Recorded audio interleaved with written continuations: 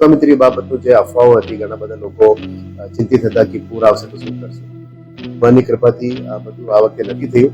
અને સાથે સાથ જે ફ્લડ મેનેજમેન્ટ આપણે સજેશન જેના માન્ય નવરાવાલા હતી એટલે સ્ટ્રિક્ટલી અમે ઇમ્પ્લિમેન્ટ કરી છે.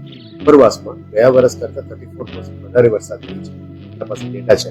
અને હાલોલ, પંચમહાલ, ગોધરા, નર્મદા, છોટાઉદેપુર આવે છે એ બફર લેકમાં પ્રતાપપુરામાં હોલ્ડ કરવામાં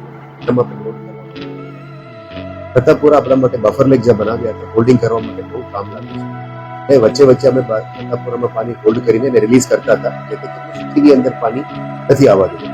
સાથે સાથ આજવામાં પણ રેગ્યુલેટેડ રીતે ક્યારે ખોલવું, ક્યારે બંધ કરવું, ક્યારે બંધ કરવું એ વખત અમે કર્યા છે. જેથી કરીને જે બ્રિજ છે આપણે સિટીની અંદર મંગલ પાંડે અલગોડા બ્રિજ હોય આપણે બેન્ચમાર્ક કહેવાય, એમાં 26 થી 28 ક્યારે પણ આ પાણીને ના જવા દેવું એ નક્કી કરવામાં અમે અત્યાર સુધી મેક્સિમમ 24 સુધી લઈ ગયા હતા અને પછી એને નીચે લાવવાનું પ્રયત્ન ગયા વર્ષની કમ્પેરિઝનમાં આ વખતે 91% આવી ગઈ છે, કાલ પણ થઈ ગઈ છે.